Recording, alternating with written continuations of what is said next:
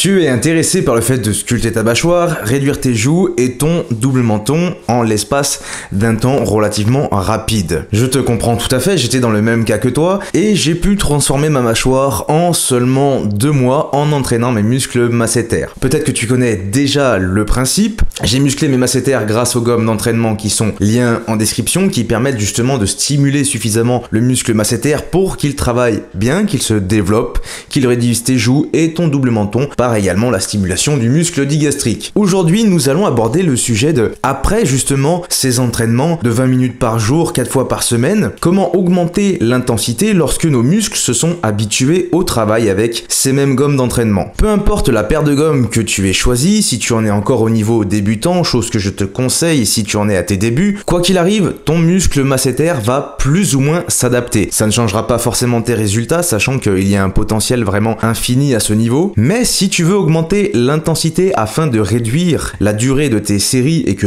pour toi ça soit un peu plus rapide, je te conseille de tout simplement retourner les gommes d'entraînement. De base, on est censé entraîner nos masséters en positionnant les gommes avec justement la partie en pointillé vers le haut. À souligner, il faut toujours les placer au niveau des molaires, évidemment. Et bien, une fois que tu t'es habitué avec ce positionnement-là, tu peux les retourner dans le sens inverse et les positionner de sorte à ce que la face lisse soit en contact avec les molaires du haut et les molaires du bas, ce qui ferait en sorte que les pointillés se retrouvent donc sur les côtés extérieurs. Dans la mesure où l'amplitude serait beaucoup plus accrue, tu auras une stimulation qui sera plus élevée. Dans la mesure où le chemin à parcourir pour contracter les muscles et la phase d'étirement sera plus grande et que le temps sous tension est très important pour qu'il y ait une bonne stimulation musculaire, tu vas pouvoir progresser davantage uniquement grâce à ce principe-là, en réorientant tes gommes. J'espère que cette astuce t'aura aidé à progresser davantage. N'hésite pas à mettre un like, à t'abonner, à laisser tes questions en commentaire. Et pour les gommes d'entraînement, je te rappelle que c'est lien en description avec un code promo. Prends soin de toi et je te dis à la prochaine pour une nouvelle vidéo.